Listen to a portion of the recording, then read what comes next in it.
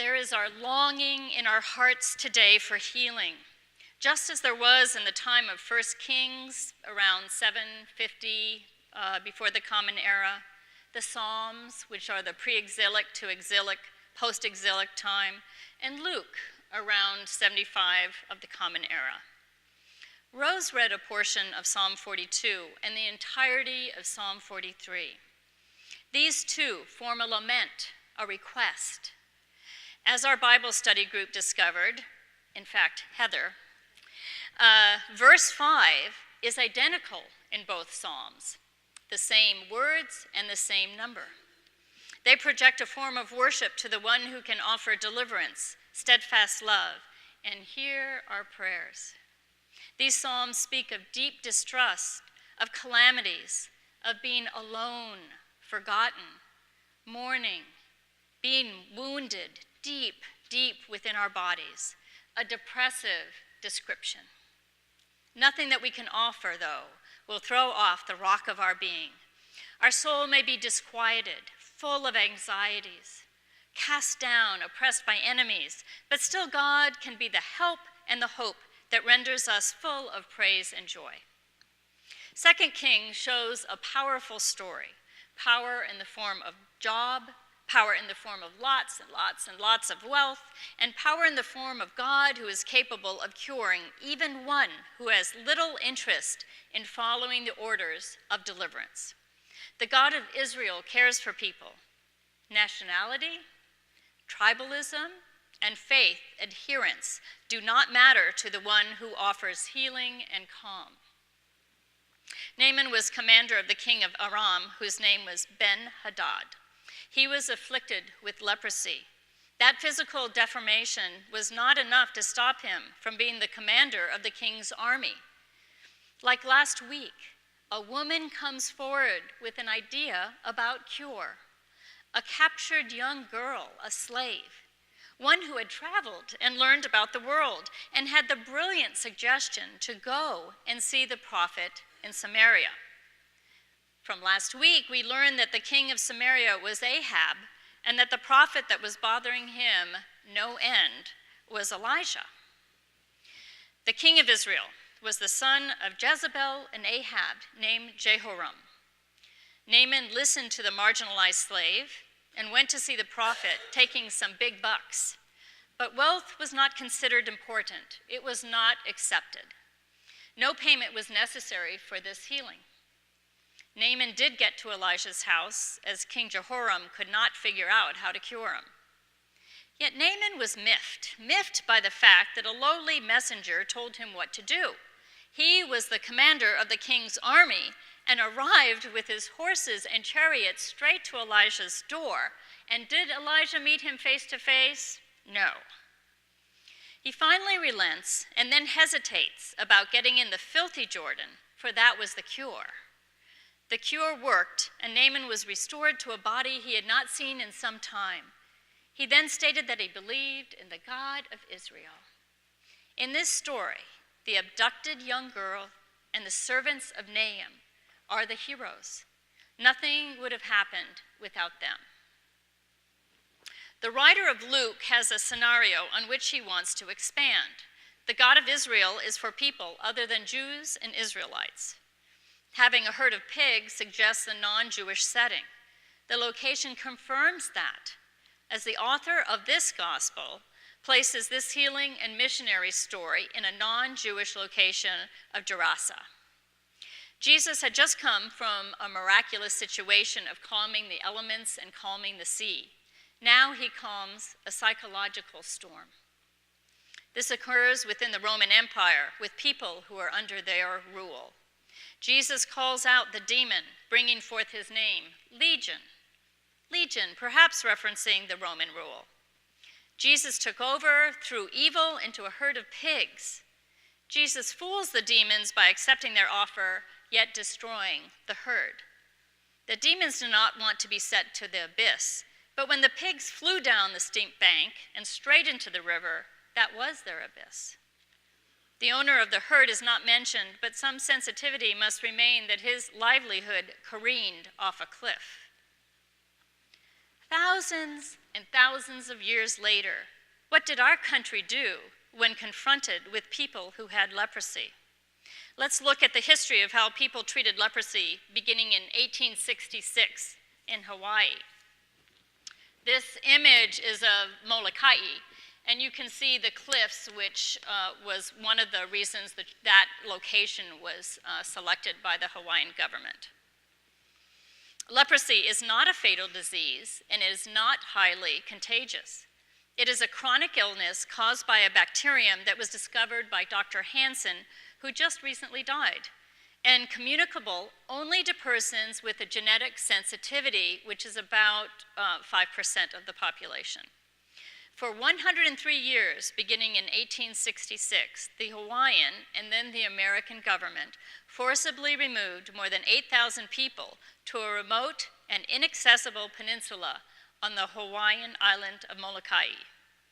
They had their reasons, and they were based on fear. The Hawaiian medical community believed leprosy was highly contagious, and isolation was the only way to control this outbreak. They also felt that each person that had this disease would die. This action would prove to be one of the longest and deadliest instances of medical segregation in the history of the United States. Let me describe what would happen. People would be seen in the community and considered possibly to have leprosy. They would be suggested to go to a medical clinic. At this medical clinic, they would stay there for some time. It was in the back of the Queen's Hospital. More and more people kept coming. It took about a month for them to decide, do they have leprosy or don't they have leprosy? Once they did have leprosy, they were sent home. Go, pack a suitcase, say goodbye to the people you love, and then come back to this location near a wharf in Honolulu. People thought, hey, this is great, I'm gonna go and get the cure. I'm gonna go to this lovely part of Hawaii and I will be receiving wonderful medical treatment and care. So they went, they said goodbye to everyone, and they came to the wharf. They boarded the ship Warwick and were covered with leis made of plumeria and were off. And that trip was about 58 miles to this peninsula that was purchased in Molokai for $1,800. It had mountains sheltering it, which made it isolated from the rest of the island. It was also a very dangerous landing, so that it was not used for shipping at all. Problems began immediately for those first 11 patients. They believed they were going for a cure and would receive excellent medical care. They were excited to be on the sea heading towards health. However, the trip was very difficult, and once they landed, there was no hospital, there was no medical staff. The ship's crew had eaten most of the provisions that were supposed to be sent with them, and the landing was so difficult that the patients were thrown overboard with their suitcases to swim towards shore. There, they would find a very limited amount of food and a few shacks with holes in them. But they began to organize themselves. They planted taro root to make poi, sweet potatoes. They found bananas and citrus, and they could eat fish. They worked to survive. Imagine if you thought you were going to be away from your families for 3 months, and you realized that you were never going back. They made a go of it, these 11 people.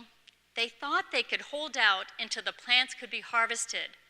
But wait, imagine their surprise when all they thought was they had to feed 11 people. But no, guess what? The Warwick ship returned with more patients, and with more patients, and with more patients.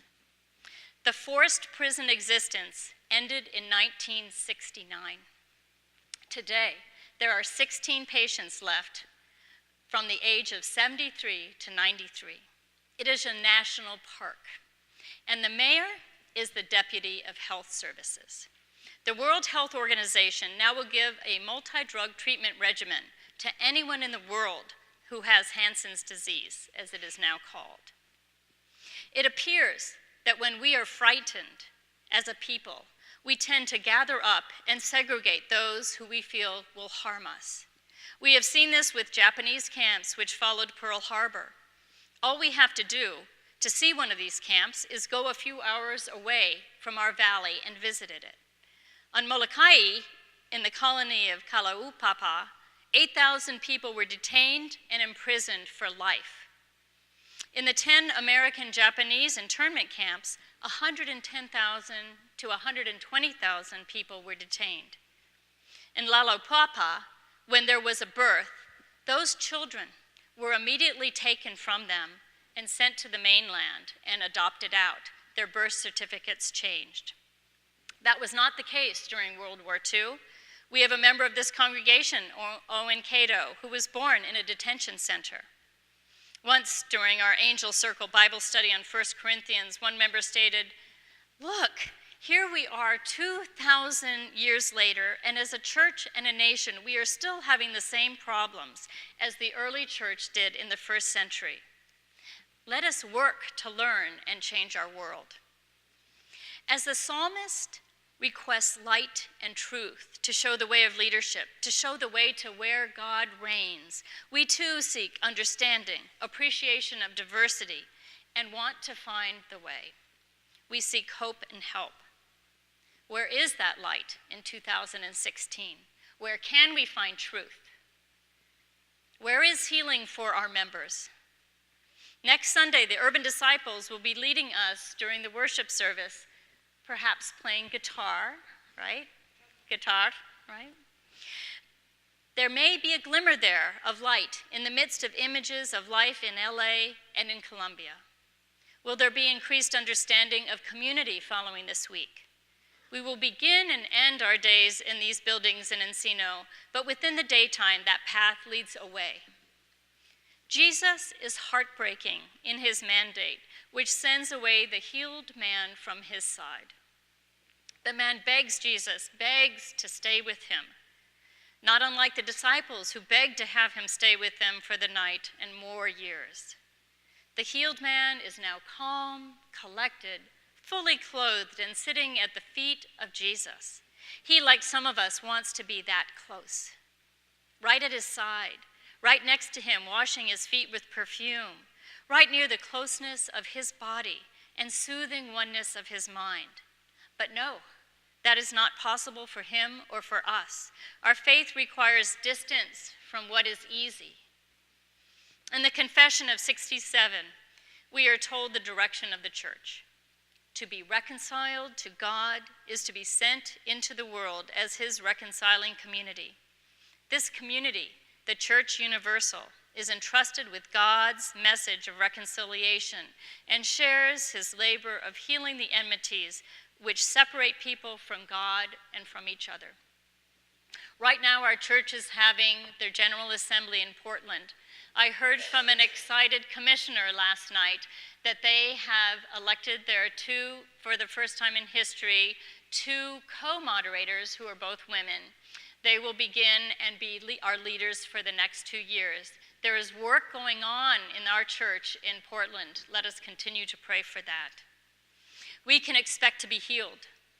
How we are healed will differ.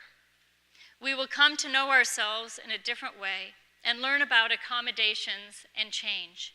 We will learn that indeed we are never separated from the comfort and compassion that is offered to all free of charge and ready for the taking. We may never be the same, but we will still be on our path, the path which leads to the place where God resides, full of hope and blessed assurance. Our frenzied ways, our demons which inhabit us, will be flung aside and out into the world. Their remains may still be seen, but Jesus shows those who are oppressed, who are heavy with medical and mental worry, that they will be healed. Jesus agrees to requests in Luke. He agrees not to torment. He agrees with the demon's request to enter the herd of swine. He agrees to leave when people asked him to leave. But did he agree with the healed one staying by his feet? No. We can learn by our historical mistakes. We can hear stories from people who died trapped on a peninsula in Hawaii. We can visit each site and wonder. We can talk to Owen and find out about his family and their experiences during World War II. These healings, which we read about from the scriptures today, occur not to people of the book, but to people who are Aramean, Gentiles, and not of the Jewish faith. Again and again we read that the triune God is interested in people of other faith and yearns to heal and show mercy. But that following healing, we are told to share our faith, garnered through grace, with others. That may happen by our hospital bed or in Eagle Rock on Tuesday. Wherever it happens, it is a mandate from our God to open up and, like the healed man in Luke, declare how much God has done for you. Amen.